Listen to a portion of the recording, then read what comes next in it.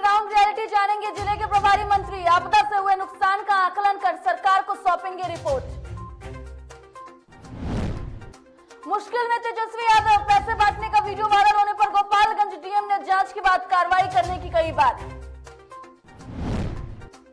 चाचा पारस ने स्वीकार किया चिराग पासवान का निमंत्रण, रामविलास पासवान की बरसी में होंगे शामिल। बिहार के बच्चों में बढ़ रहा है वायरल फीवर का प्रकोप, सर्दी खांसी और तेज बुखार की मिल रही शिकायत, शिशु वार्ड फुल।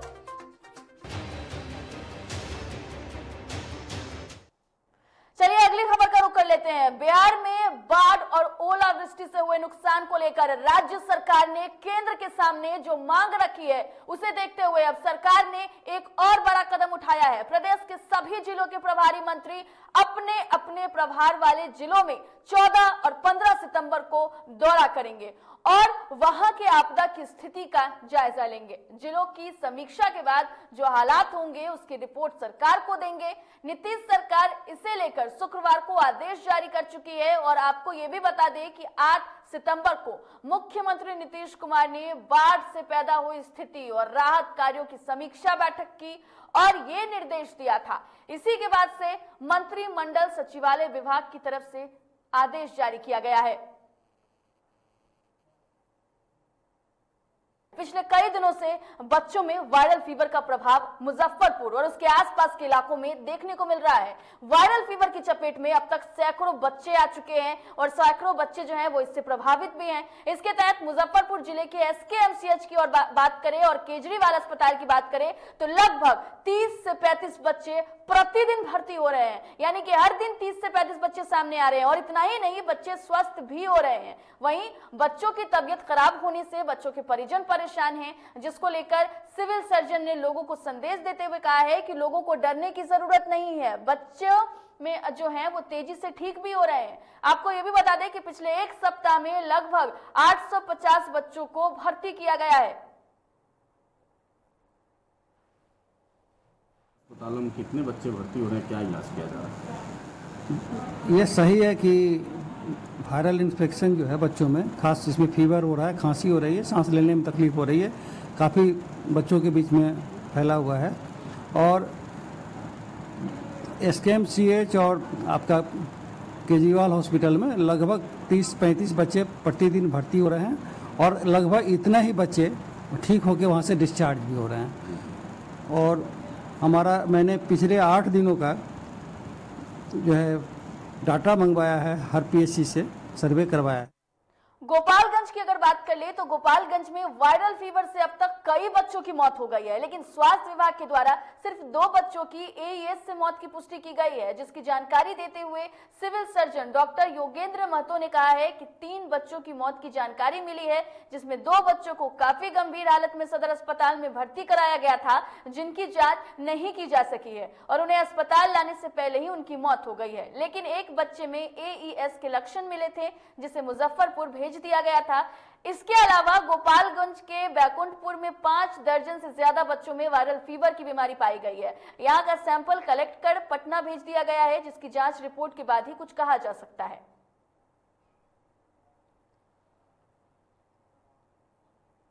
मुंगेर में जमालपुर थाने में और जमालपुर आरपीएफ के अलग अलग कार्रवाई में ई रिक्शा में भारी मात्रा में शराब बरामद किया गया है। बताया जा रहा है कि जमालपुर पुलिस के द्वारा गुप्त सूचना के आधार पर विभिन्न जगहों पर छापेमारी कर महुआ शराब बरामद किया गया और इस मामले में ई रिक्शा समेत चालक को भी गिरफ्तार किया गया है। वहीं आरपीएफ जमालपुर ने लावारिस अवस्था में पड़े 45 बोतल विदेशी शराब को बरामद किया है। बता दें आपको कि पुलिस द्वारा पंचायत चुनाव को लेकर विशेष अभियान चलाया जा रहा है।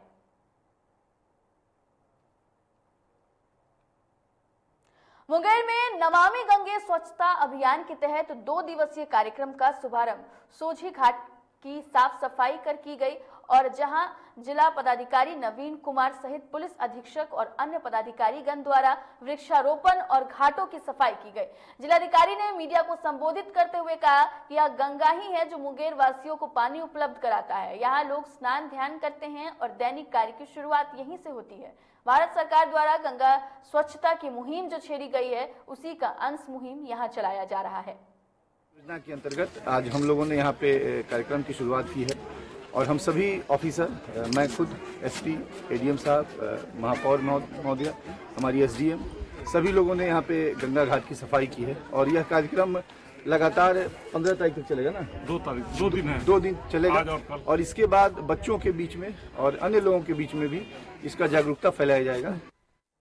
जमशेदपुर में नेता प्रतिपक्ष बाबूलाल मरांडी का आगमन आगामी 13 और 14 सितंबर को होने वाला है। इस यात्रा के दौरान बाबूलाल मरांडी द्वारा जमशेदपुर और सरायकेला जिले का दौरा किया जाएगा। इसकी जानकारी भाजपा अनुसूचित जनजाति मोर्चा के प्रदेश अध्यक्ष शिव शंकर उमराव ने जमशेदपुर स्थित भाजपा जिला कार्यालय में दिया, जहां उन्होंने कहा है कि भाजपा के विधायक सह नेता प्रतिपक्ष बाबूलाल मरांडी 2 दिनों तक कोल्हान प्रवास में रहेंगे, जहां उनके द्वारा पार्टी के कई इकाइयों के साथ बैठक की जाएगी और सांगठनिक मुद्दों पर कई निर्णय लिए जाएंगे।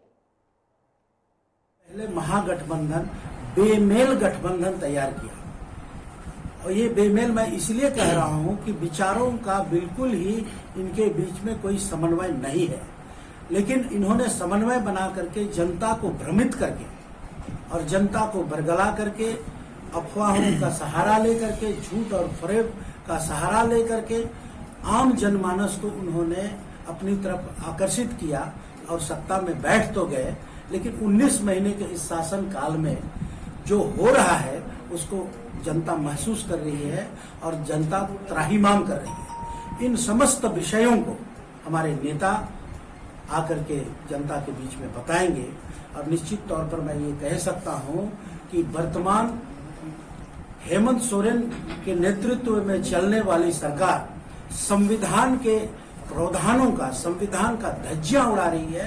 इस बात को भी आम जनता को जानना चाहिए, और इसके लिए हम लोग ये कार्यक्रम कर रहे हैं।